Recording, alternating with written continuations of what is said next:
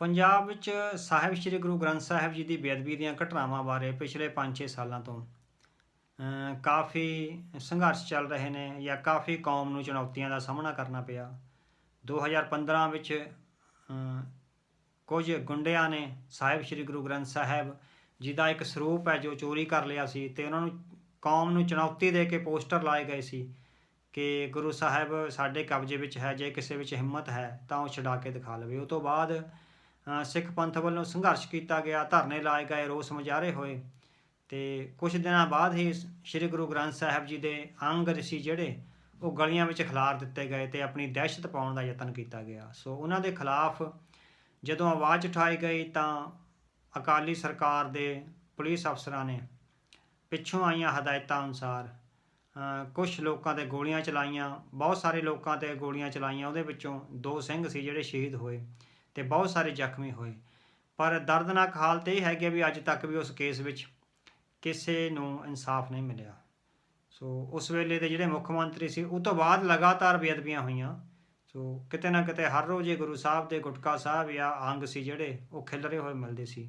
ਉਸ ਵੇਲੇ ਦੇ ਮੁੱਖ ਮੰਤਰੀ ਪ੍ਰਕਾਸ਼ ਸਿੰਘ ਬਾਦਲ ਨੂੰ ਜਦੋਂ ਕਿਸੇ ਪੱਤਰਕਾਰ ਨੇ ਪੁੱਛਿਆ ਕਿ ਬੇਅਦਬੀਆਂ ਹੋ ਰਹੀਆਂ ਨੇ, ਇਹਨਾਂ ਨੂੰ ਰੋਕਣ ਦਾ ਯਤਨ ਜਾਂ ਕੋਈ ਇਹਨਾਂ ਦੇ ਖਿਲਾਫ ਕਾਰਵਾਈ ਹੋਵੇਗੀ, ਤਾਂ ਬਾਦਲ ਸਾਹਿਬ ਨੇ ਕਿਹਾ ਬੇਅਦਬੀਆਂ ਦਾ ਕੋਈ ਗੱਲ ਨਹੀਂ, ਭਾਈਚਾਰਕ ਸਾਂਝ ਆ ਜਿਹੜੀ ਉਹ ਨਹੀਂ ਟੁੱਟਣੀ ਚਾਹੀਦੀ।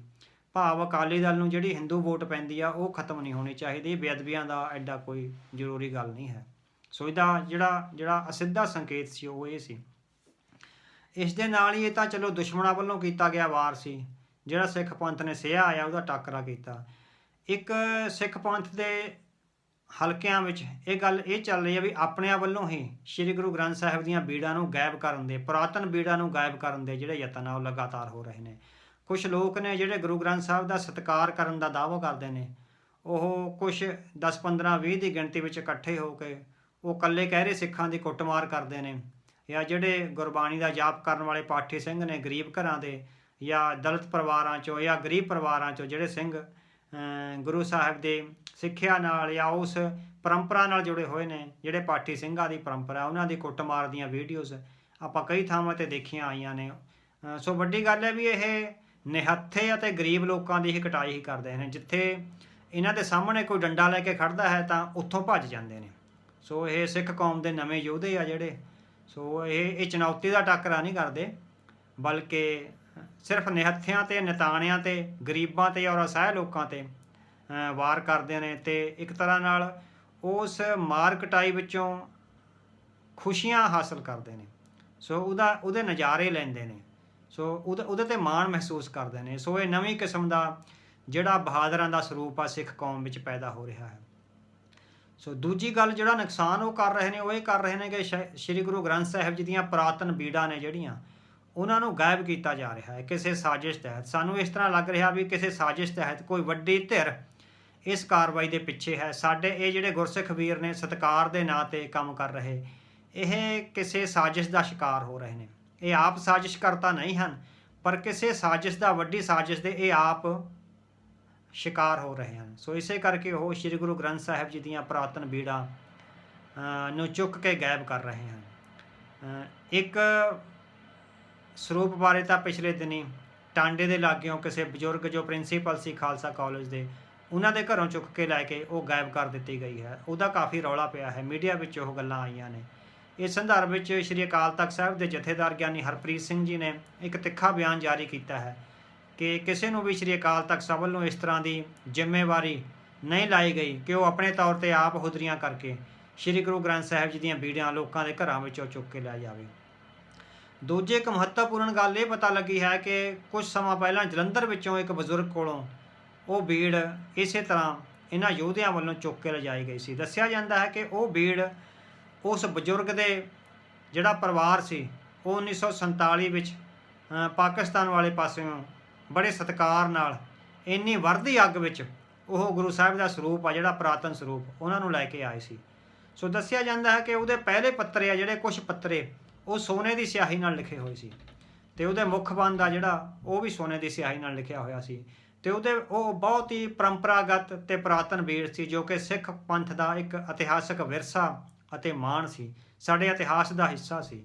ਸੋ ਉਸ ਬਜ਼ੁਰਗ ਕੋਲੋਂ ਕੁਝ ਸਮਾਂ ਪਹਿਲਾਂ ਇਹ ਸਾਡੇ ਯੋਧੇ ਉਹ ਗੁਰੂ ਸਾਹਿਬ ਦੀ ਬੀੜ ਹੈ ਜਿਹੜੀ ਉਹ ਚੁੱਕ ਕੇ ਲੈ ਆਏ ਸੀ, ਜਬਰੀ ਚੁੱਕ ਕੇ ਲੈ ਆਏ ਸੀ, ਕਿਉਂਕਿ ਉਹ ਬਜ਼ੁਰਗ ਨਤਾਣਾ ਸੀ, ਨਿਮਾਣਾ ਸੀ, ਉਹ ਲੜ ਨਹੀਂ ਸੀ ਸਕਦਾ। ਸੋ ਇਹ 10-15 ਜਣੇ ਉਹਦੇ ਘਰੋਂ ਬੀੜ ਲੈ ਕੇ ਆਏ। ਕੁਝ ਸਮਾਂ ਉਹ ਬੀੜ 1 ਮਹੀਨੇ ਤੱਕ ਦੱਸਿਆ ਜਾਂਦਾ ਜਲੰਧਰ ਦੇ ਇੱਕ ਗੁਰਦੁਆਰਾ ਸਾਹਿਬ ਵਿੱਚ ਪਈ ਰਹੀ, ਪਰ ਉਸ ਤੋਂ ਬਾਅਦ ਹੁਣ ਕੁਝ ਨਹੀਂ ਪਤਾ ਕਿ ਉਸ ਪਾਵਨ ਸਰੂਪ ਦਾ ਕੀ ਬਣਿਆ। ਆਇਆ ਉਹ ਪੈਸਿਆਂ ਦੇ ਲਾਲਚ ਵਿੱਚ ਵੇਚ ਦਿੱਤਾ ਗਿਆ ਹੈ, ਜਾਂ ਸਿੱਖ ਵਿਰੋਧੀ ਸ਼ਕਤੀਆਂ ਨੇ ਆਪਣੇ ਕਬਜ਼ੇ ਵਿੱਚ ਲੈ ਕੇ ਉਸ ਨੂੰ ਜਲਾ ਦਿੱਤਾ ਹੈ ਜਾਂ ਉਹਦਾ ਸੰਸਕਾਰ ਕਰ ਦਿੱਤਾ ਹੈ। ਇਸੇ ਤਰ੍ਹਾਂ ਦਾ ਮਾਮਲਾ ਇੱਕ ਪਟਿਆਲੇ ਲਾਗੇ ਗੁਰੂ ਘਰ ਵਿੱਚੋਂ ਵੀ ਪਤਾ ਲੱਗਿਆ ਹੈ ਕਿ ਇਤਿਹਾਸਕ ਗੁਰੂ ਘਰ ਵਿੱਚੋਂ ਇੱਕ ਪੁਰਾਤਨ ਬੀੜ ਜਿਹੜੀ 100 ਸਾਲ ਪੁਰਾਣੀ ਮੰਨੀ ਜਾਂਦੀ ਹੈ, ਉਹ ਵੀ ਗਾਇਬ ਹੋ ਗਈ ਹੈ। ਉਹਦੇ ਬਾਰੇ ਕੁਝ ਵੀ ਪਤਾ ਨਹੀਂ ਲੱਗ ਰਿਹਾ। ਨਾ ਪੰਜਾਬ ਸਰਕਾਰ ਕੋਈ ਕਾਰਵਾਈ ਕਰ ਰਹੀ ਹੈ, ਨਾ ਕੋਈ ਹੋਰ ਧਿਰ ਸਾਹਮਣੇ ਆ ਰਹੀ ਹੈ। ਹਾਂ, ਸ਼੍ਰੋਮਣੀ ਅਕਾਲੀ ਦਲ ਵੱਲੋਂ ਇਸ ਦੀ ਜਾਂਚ ਲਈ ਧਰਨੇ ਲਾਏ ਜਾ ਰਹੇ ਹਨ, ਜੋ ਇੱਕ ਚੰਗੀ ਗੱਲ ਹੈ। ਪਰ ਅਸੀਂ ਦੇਖ ਰਹੇ ਹਾਂ ਵੀ ਸ੍ਰੀ ਗੁਰੂ ਗ੍ਰੰਥ ਸਾਹਿਬ ਦੀਆਂ ਪੁਰਾਤਨ ਬੀੜਾਂ ਨੂੰ ਅੱਖੋਂ ਓਹਲੇ ਕਰਨ ਜਾਂ ਇਤਿਹਾਸ ਦੇ ਸਫ਼ਰ ਵਿੱਚੋਂ ਖਤਮ ਕਰਨ ਦੇ ਜਿਹੜੇ ਵੱਡੇ ਯਤਨ ਹੋ ਰਹੇ ਆ, ਉਹਦੇ ਵਿੱਚ ਕੁਝ ਸਰਕਾਰਾਂ ਵੀ ਸ਼ਾਮਲ ਨੇ। ਸਰਕਾਰਾਂ ਨਾਲ ਜੁੜੀਆਂ ਹੋਈਆਂ ਕੁਝ ਉਹ ਸੰਸਥਾਵਾਂ ਜਿਹੜੀਆਂ ਆਪਣੇ ਆਪ ਨੂੰ ਸੱਭਿਆਚਾਰਕ ਸੰਸਥਾਵਾਂ ਦੇ ਤੌਰ 'ਤੇ ਪੇਸ਼ ਕਰਦੀਆਂ ਨੇ, ਉਹਨਾਂ ਦਾ ਰੋਲ ਵੀ ਬਹੁਤ ਸ਼ੱਕੀ ਕਿਸਮ ਦਾ ਸਾਹਮਣੇ ਆ ਰਿਹਾ ਹੈ। ਸੋ ਉਹਨਾਂ ਦੇ ਮਨਾਂ ਵਿੱਚ ਹੈ ਵੀ ਸ੍ਰੀ ਗੁਰੂ ਗ੍ਰੰਥ ਸਾਹਿਬ ਦੇ ਪੁਰਾਤਨ ਸਰੂਪ ਖਤਮ ਕਰਕੇ ਇਸ ਪਰੰਪਰਾ ਨੂੰ ਖਤਮ ਕਰਨ ਦਾ ਹੌਲੀ ਹੌਲੀ ਯਤਨ ਕੀਤਾ ਜਾਵੇ। ਇਹ ਬਿਲਕੁਲ ਉਸੇ ਤਰ੍ਹਾਂ ਹੈ ਜਿੱਦਾਂ 1984 ਵਿੱਚ ਸ੍ਰੀ ਹਰਿਮੰਦਰ ਸਾਹਿਬ ਕੰਪਲੈਕਸ ਵਿੱਚੋਂ ਸਾਡਾ ਇਤਿਹਾਸਕ ਵਿਰਸਾ ਚੁੱਕ ਕੇ ਲਿਜਾਇਆ ਗਿਆ ਸੀ ਤੇ ਮੁੜ ਕੇ ਵਾਪਸ ਨਹੀਂ ਕੀਤਾ ਗਿਆ। ਸੋ ਕੌਮ ਦੇ ਇਤਿਹਾਸਕ ਵਿਰਸੇ ਨੂੰ ਖਤਮ ਕਰਨ ਦੇ ਯਤਨ ਆ ਜਿਹੜੇ ਬੜੀ ਗੰਭੀਰਤਾ ਨਾਲ ਤੇ ਜਥੇਬੰਦ ਢੰਗ ਨਾਲ ਚੱਲ ਰਹੇ ਹਨ।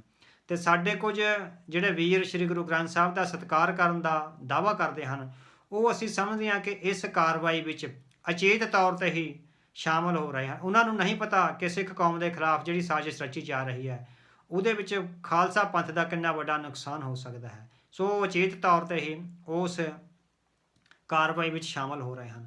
ਅਸੀਂ ਉਹਨਾਂ ਵੀਰਾਂ ਨੂੰ ਤੇ ਸਮੁੱਚੇ ਸੁਹਿਰਦ ਸਿੱਖ ਸੰਗਤ ਨੂੰ ਇਹ ਬੇਨਤੀ ਕਰਦੇ ਹਾਂ ਕਿ ਪੁਰਾਤਨ ਸ੍ਰੀ ਗੁਰੂ ਗ੍ਰੰਥ ਸਾਹਿਬ ਜੀ ਦੇ ਜਿਹੜੇ ਸਰੂਪ ਨੇ ਉਹ ਬਚਾ ਕੇ ਰੱਖੇ ਜਾਣ। ਉਹ ਸਾਡਾ ਇਤਿਹਾਸਕ ਵਿਰਸਾ ਹਨ, ਸਾਡਾ ਮਾਣ ਹਨ, ਸਾਡੇ ਇਤਿਹਾਸ ਦਾ ਹਿੱਸਾ ਹਨ।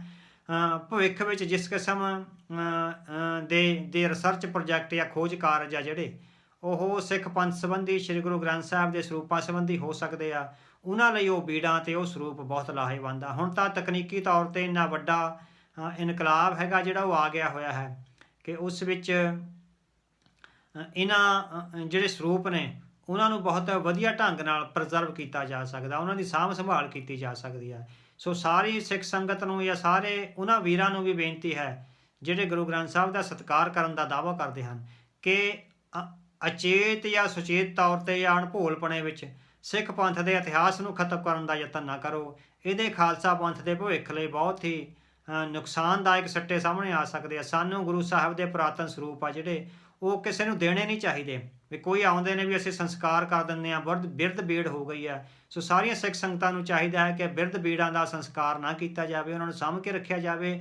ਉਹਨਾਂ ਦੀ ਸਾਂਭ ਸੰਭਾਲ ਦੇ ਹੁਣ ਬਹੁਤ ਸਾਰੇ ਜਿਹੜੇ ਤਕਨੀਕੀ ਪੱਖ ਨੇ ਉਹ ਸਾਹਮਣੇ ਆ ਗਏ ਨੇ। ਉਸ ਪ੍ਰਜ਼ਰਵੇਸ਼ਨ ਨਾਲ ਉਹਨਾਂ ਨੂੰ ਸਾਂਭਿਆ ਜਾ ਸਕਦਾ ਹੈ, ਤਾਂ ਹੀ ਅਸੀਂ ਆਪਣਾ ਇਤਿਹਾਸ ਬਚਾ ਸਕਦੇ ਹਾਂ। ਜੇ ਕੌਮ ਦਾ ਭਵਿੱਖ ਤੇ ਹੋਂਦ ਬਚਾਉਣੀ ਹੈ ਤਾਂ ਸਿੱਖ ਕੌਮ ਦਾ ਇਤਿਹਾਸ ਤੇ ਸ੍ਰੀ ਗੁਰੂ ਗ੍ਰੰਥ ਸਾਹਿਬ ਦੀਆਂ ਪੁਰਾਤਨ ਬੀੜਾਂ ਤੇ ਹੋਰ ਗ੍ਰੰਥ ਨੇ ਜਿਹੜੇ ਉਹ ਬਚਾਉਣ ਦੀ ਬਹੁਤ ਜ਼ਰੂਰਤ ਹੋਵੇਗੀ। ਸਮੁੱਚੀਆਂ ਦਰਦਮੰਦ ਸਿੱਖ ਸੰਗਤਾਂ ਨੂੰ ਇਸ ਪਾਸੇ ਵੱਲ ਧਿਆਨ ਦੇਣ ਦੀ ਲੋੜ ਹੈ।